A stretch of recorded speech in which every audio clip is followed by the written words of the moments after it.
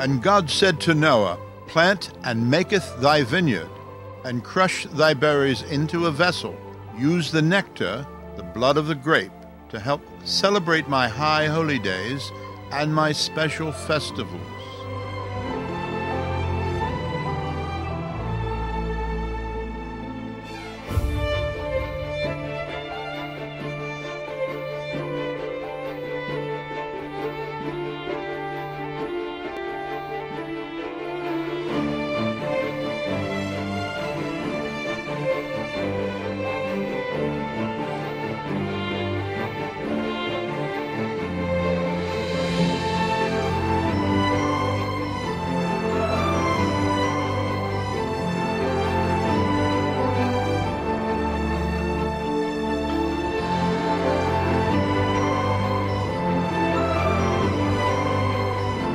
So let me tell you about this inspirational, unbelievable, rags-to-riches life story of my friend Robert Mondavi. He was one hell of a man. He was a great man. He showed the world how to love wine, how to love life, how to use wine in the celebration of your life. The movie is called Mondavi, The Man, the Wine, and the World. Our story begins in 1978 on board Air France Flight 723, direct from JFK to Bordeaux International Jetport. Robert and his daughter Marcy have been invited to the chateau of the world's most famous French winemaker, the Baron Philippe de Rothschild, the owner of the Chateau Mouton Rothschild, the Premier Growth Winery. Robert is looking out the window. He's looking down on the vineyards of Bordeaux. His daughter Marcy says, "Daddy, what are you thinking of?" Robert, looking down on the vineyard, says he's recalling the day in 1965 when his mother Rosa was in her kitchen. She said, "Bobby, you're fired." He couldn't believe his ears. He'd worked for 23 years as the general manager at the Charles Krogh Winery in Napa. What did she mean, I was fired? He and his family were now banded from working at the Charles Krogh Winery. How could this be? He said it took him 23 years of hard work building that winery every day. Yes, he said, it was a challenge, and yes, some days we had no money in the bank. But with the providence of God, he provided us with the best grapes grown in the Napa Valley. Of course, once we became profitable, it was fun, but it was very hard work. And now in 1978, the most famous wineman in all the world wanted to partner with Robert to make French wine on American soil in the Napa Valley. Robert said he felt like he had climbed Mount Everest and planted the House of Mondavi family flag at the summit. He was smiling. Back in 1965, Robert was broke. He had no savings. He didn't even own his own home. He had 3 children in college. In fact, Robert was the one who talked his father, Cesar Mondavi, into buying the Krogh Winery when it came up for sale in 1943. The family Mondavi was a close-knit family, Italian immigrants from Italy. They moved to California in 1915. In 1943, friends of Robert said, "The Krogh Winery is up for sale. It is the oldest winery in California." Robert quickly went up to see it. He saw that this was perfect. "We must buy it," he said at once. He then drove back to the family home in Lodi to inform his father. He told his father how they could sell wine in bottles instead of in tank cars and make 300% profit. That day in 1943, in his mother's kitchen, his father listened to him patiently. But Robert could not sway his father with the deal. That night, when his parents went to bed, his mother Rosa said to her husband, "Did you send your sons away to college to sell grapes? They want to make wine.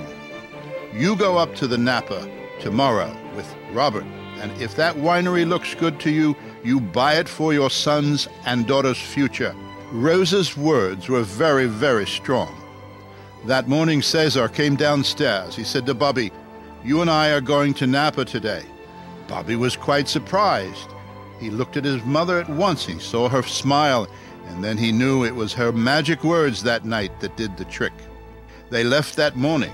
They went to the winery, and purchased it the next day at the Bank of America in San Francisco.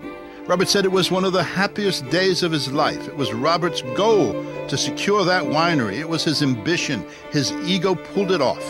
Robert was a spark plug. He was an energizer. He was a promoter.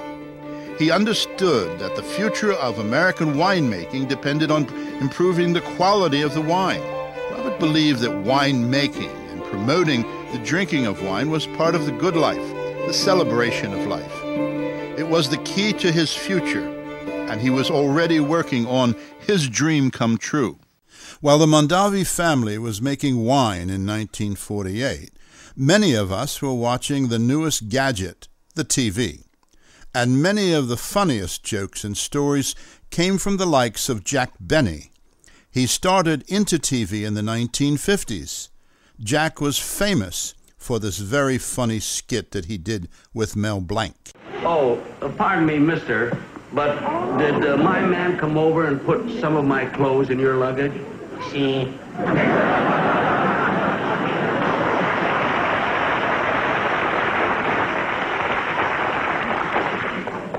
Are you going to New York? Si.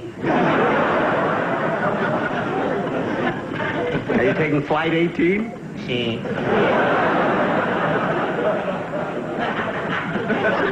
What's your name? Sai.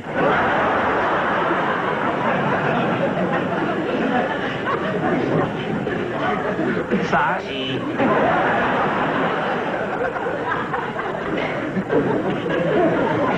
My man told me you were going to visit some relatives in New York. See.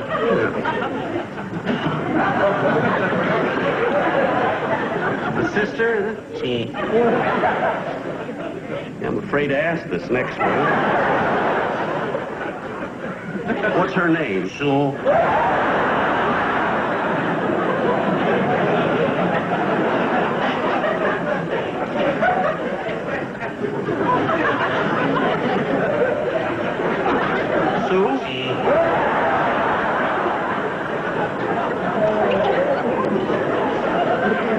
Well, look, Sue, or C.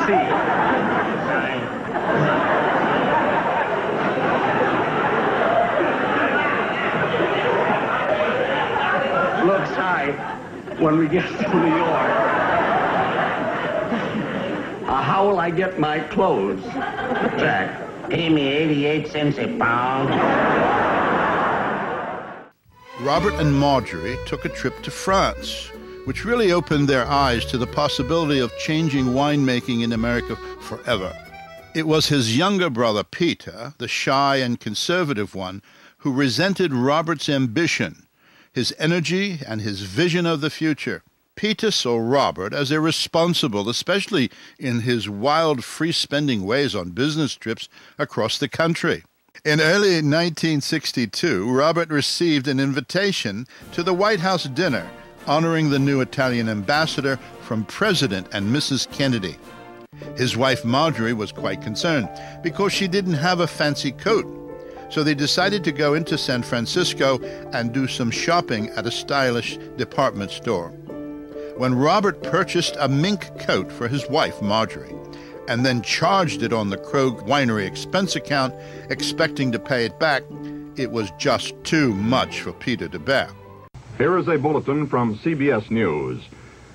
In Dallas, Texas, 3 shots were fired at President Kennedy's motorcade in downtown Dallas. The first reports say that President Kennedy has been seriously wounded by this shooting.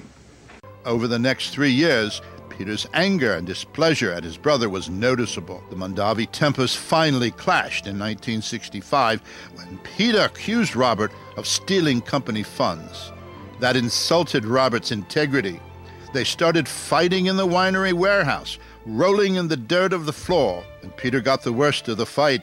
His face was all bruised. When Mother Rosa saw the bruises on her baby son Peter, she then turned against her son Robert. She called a meeting of the Krog Winery, the board of directors, and voted to fire Robert on the spot.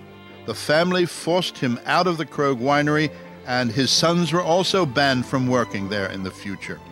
Robert owned 20% of the winery stock. and he needed the money so he could start his own winery. But the family refused his request. They refused him for 10 years. In 1976, he finally brought a lawsuit against the Charles Krogh Winery. In looking back over the years, he said that the court case was the worst experience of his life. In the middle of the case, Rosa, his mother, has a heart attack and passes away. Both sides blame each other. In the end, Robert wins the case and the judge awards him a large sum of money that is rightfully his. The judge gave instructions that the Charles Krogh Winery be sold at auction. But Robert did not want to hurt his brother and his sisters, and so he and Peter came to a joint agreement to satisfy the court's ruling, which was very workable for the Mondavi brothers. In 1966, Michael graduated from college and had come into the new Robert Mondavi Winery. He always did an outstanding job at the winery, and his father was very, very pleased. Both Marcy and Tim came to work in 1974. All of his children always did well at the winery. It was now his winery, free and clear of all debt. Back in 1965, it's true, as some of them say, that Robert had an ego as high as the Golden Gate Bridge. And it's also true that he had a taste for the good life, the best of everything. Back then, Robert would not be defeated. By sheer willpower, he built his dream-come-true winery. He raised over $200,000 in startup funding from industry wine friends. People believed in him and his vision for the Napa Valley. While Bob Mondavi was bringing in his wine harvest, Bob Hope was entertaining our fighting men who needed a morale boost. He had invited America's sexiest lady, Marilyn Monroe, to go over and entertain our troops. And so she did. And when she walked out onto the stage, 30,000 screaming men rose to their feet and cheered wildly. And Bob said, "Boys, I just want you to know what you're fighting for over here." Robert hires a famous Hollywood home designer who understands what he wants in a new winery design. Robert says it must be a showcase design. It must invite people into the winery because of its design. Cliff May fulfills his dream come true. Robert wants a winery design that will attract wine lovers and tourists alike. Cliff May placed a yellow manila envelope on Robert's trunk in the vineyard. Cliff then sketched out the design. The design is a Spanish-style high arched with a compressed A-frame roof with a tall Spanish watchtower. Robert looks at it. He says, "That's it. You've nailed it. You've nailed it. That's what I want." In late 1965, the Robert Mondavi Winery begins construction. Robert's dream is to create wine that will be called world-class and that will rival all European wines. Robert brings new high-tech science to his winery lab. He's learned from the French to handle the grape berries tenderly when they come to the winery. Also, he uses small French oak barrels to age the wines. These French oak barrels add a special taste value to the wine. Robert is able to release his first wine in the very first year of business, 1966. In 1968, he bottles a Sauvignon Blanc, then considered an inferior grape, under the name of Fumé Blanc. It is very profitable for him. On a July evening in 1969, the entire Mondavi family is watching the astronauts land on the moon. Neil Armstrong, stepping out of the space capsule and onto the ladder, drops down to the ground, and he said, "One small step for man, one giant step for mankind." In 1973, the young Robert Mondavi Winery is struggling to stay alive because of poor cash flow. It's getting top wine reviews, but it's short on cash. But in Hollywood, a young screenwriter and director by the name of Francis Ford Coppola is winning 3 Oscars for his movie, The Godfather.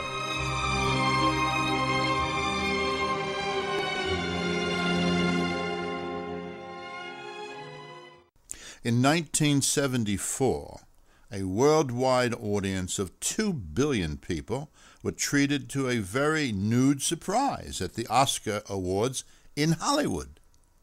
Now, to divulge the contents of this year's most important envelope is a very important contributor to world entertainment, and someone, quite likely... So, ladies and gentlemen, that was almost bound to happen. But isn't it fascinating that... Fascinating to think that probably the only laugh that man will ever get in his life is by stripping off and showing his shortcomings. In 1976, Robert achieves a new level of fame with the infamous Paris Tastings, a blind tasting in Paris of America's Napa Valley wines up against first-growth French wines. Stephen Spurrier, an Englishman who owns wine shops in Paris, decides to host a publicity stunt to gain business for his shops in Paris because of America's 200th bicentennial anniversary. To ensure that the French wines would win, Spurrier selected 10 Napa Valley unknown wineries. He conceives a Franco-American wine tasting at the Intercontinental Hotel, believing that the French wines will beat the young boutique Napa Valley wines. The tasting blows up in Spurrier's face. The Napa Valley wines win 5 gold medals of the best of 10 entries for Cabernet Sauvignon and Chardonnay. The young Americans have beat the French hands down. It's unbelievable. The impossible has happened in Paris, with the best French wine tasting experts in the world doing the tasting. Robert gets a call from someone at the New York Times, relates the good news to him about the winners of the Paris tasting. Robert is celebrating because both of the winemakers worked for him in the early 60s. Both winemakers had gotten their early education and training at the University of Robert Mondavi Test Tube Winery back in 1965.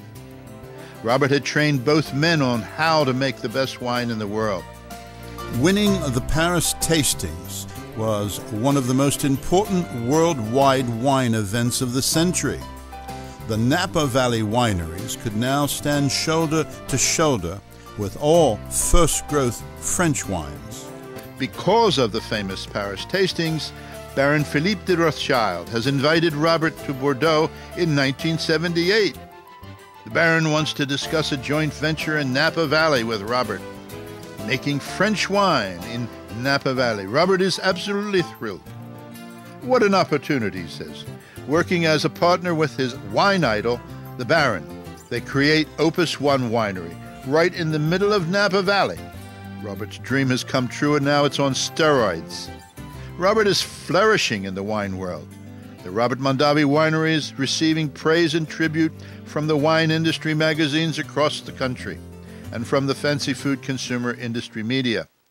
But Robert's life at home is foundering. As Robert pursues his dream and travels 4 months out of the year, his good wife Marjorie falls deeper and deeper into a drinking problem.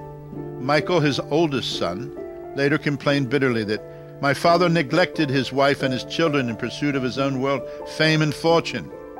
Tim said that Dad never came to any of my games. Marjorie was always there for Robert in the early years, but back in 1962, Robert meets a woman who's going to change his life. The very capable, the very beautiful and vivacious Marguerite Bivier, a very fair-haired Swiss blonde who has captured his heart, but she is also married. Margaret also speaks 5 languages and finally becomes the publicity department head. She is a wizard at cooking both American and European gourmet meals. She begins to take over the role of Robert's first wife at the winery, and soon Robert discovers that Marguerite shares the same vision, the same plan, and the same future goals and mission of the Robert Mondavi Winery.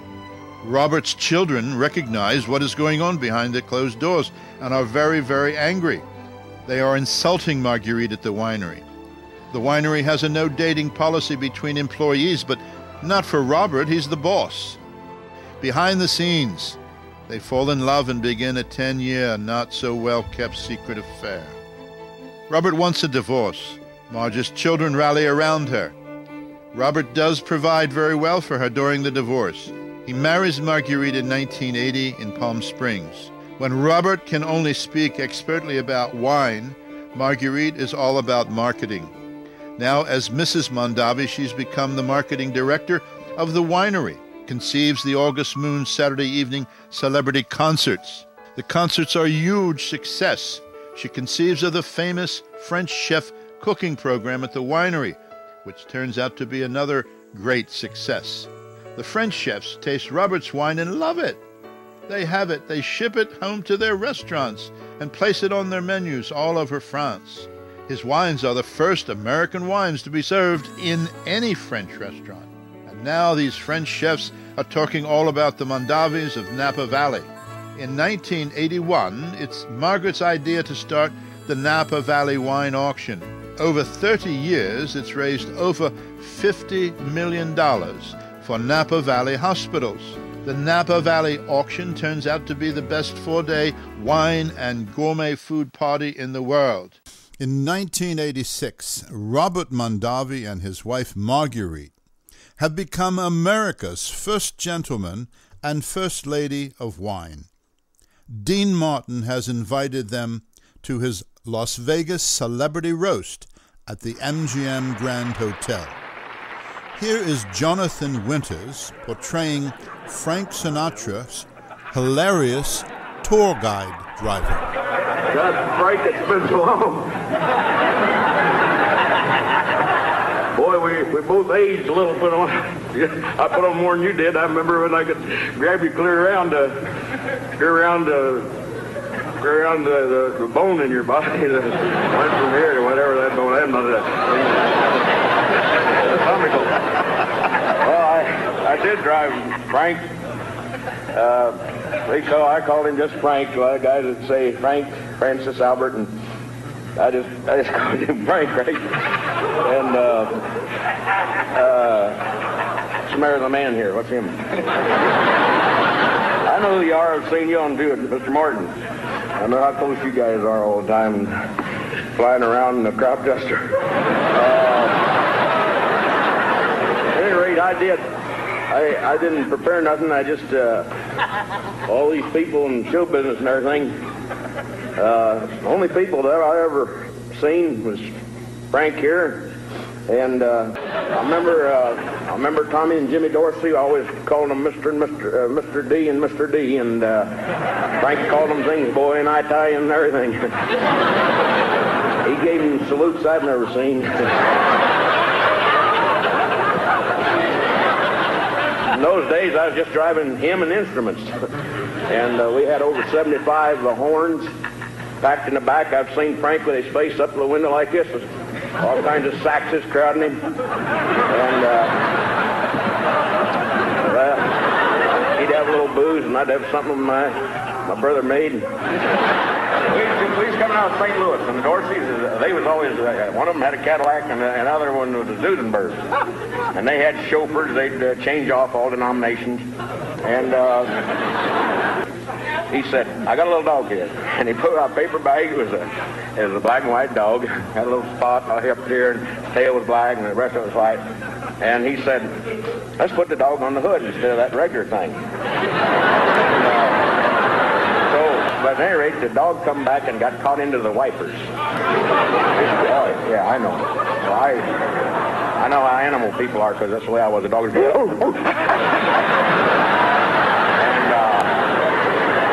we went on into Boise that night. That dog is still going. You know, thank God that Frank and I just let that happen, because it kept the dog from freezing to death. In 1994, Wall Street comes calling. Goldman Sachs expressed interest in offering the Mondavi Corporation a Wall Street IPO that could mean $40 million to the winery's bottom line. Robert is fascinated by the idea because they are always cash poor at the winery. Goldman makes the presentation, Robert's ego gets the best of him, and he agrees to go up with the big boys. They do the IPO, and it is very, very successful. In the late 1980s, the Mondavi winery receives some very bad news. The vineyard has been infested by the phylloxera bug, a tiny microscopic bug that sucks the roots and the vines dry of their natural moisture. The Mondavis are forced to pull up all of the rootstocks and the vines and replant over 300 acres in Napa Valley, which is the most expensive acreage in California, at a cost of $4.5 million. Robert has done it all. He is now known as America's wine icon. He has won every industry award there is, and then some. The winery's success is at its high point. The name Mondavi is America's brand name wine. In 2000, the French ambassador calls Robert at his office. He tells Robert the good news. He says that, "It is my good fortune to announce to you, Robert, today that you have been awarded the French Legion of Honor." Margaret tells Robert that only 2 other Americans in history have been given the honor, Lindbergh and Patton. And now, my dear, you have received it. As the ambassador pinned the Legion of Honor medal on Robert, he said, "I know that you will want to say a few words to your friends." Robert walks over to the mic and looks over the crowd of friends. He says, "Thank you, merci, merci. Thank you to the ambassador. Thank you to the French government. This is such a grand honor," he says, "to be awarded this famous medal. I am truly honored and humbled. I have many people to thank. As I look at the faces here in the crowd, I see people who have helped me with my dream come true. And without you, I could not have done what I needed to do. We did it together. To my children, to my wife, to my good friends, you are the best of the best, and I know what you did for me. Thank you. Thank you so much. Thank you so much."